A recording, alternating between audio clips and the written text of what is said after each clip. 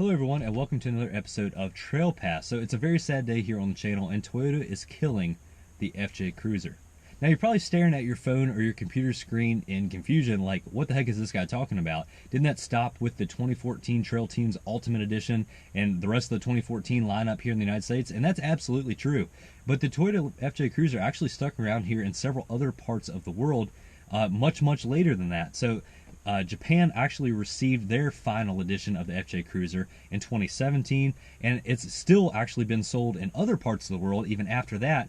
And they're saying that the final edition that will be sold basically to Saudi Arabia will be for the 2023 model year. So a long time after we stopped getting them here in the United States, this vehicle has stuck around, and it's really a shame that it's going away, and it's a shame that we lost it as early as we did. So really, we know that the FJ Cruiser is not a real Land Cruiser, and it really has nothing to do with the FJ40 that it's styled after, other than the fact that it is a rough and ready off-road SUV like that original FJ40. This vehicle actually shares a lot of components with the 4Runner, in particular the 4th gen and the 5th gen 4Runner. It does have the 4-liter V6, does have the 5-speed automatic. You can't get it with a rear locker. And in the later models, they did do some updates where you could get it with crawl control, with a rear locker, actually with map lights, which my 2007 does not have. But they did make some very minor updates throughout the years, but this vehicle never really got all the love it deserved and not a lot of the updates it deserved,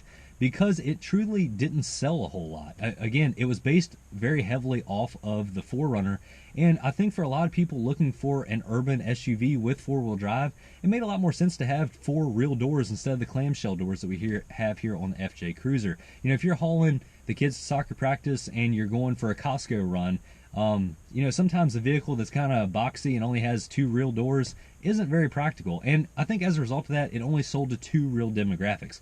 It sold to the hardcore enthusiasts for Toyota, and it sold to the people that, you know, maybe experienced this vehicle on the first time around, you know, when the FJ40 was actually out and about. So as a result of that, again, a lot of these were heavily off-roaded, or a lot of these people that had them might have been a little bit older. But overall, it was a really great vehicle.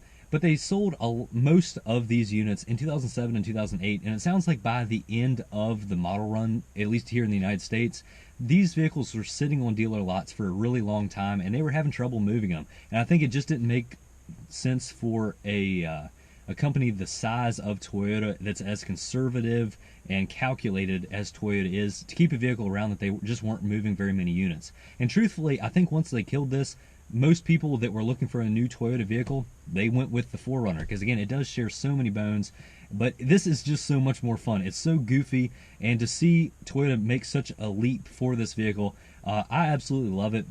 Couldn't imagine driving anything else, and yeah, it's just a whole lot of fun. So a real shame that it's going away.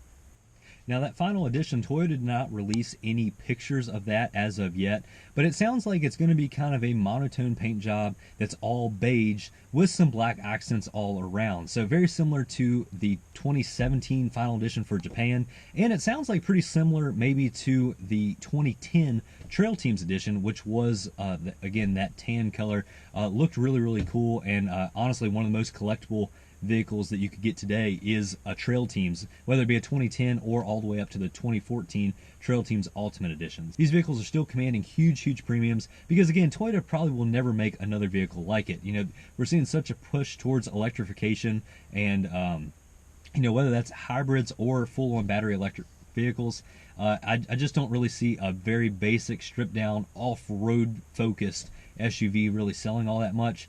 And again, it didn't sell that much the first time, and Toyota is not likely to make that mistake twice. Again, they're such a conservative company, so calculated, and they make some truly great vehicles.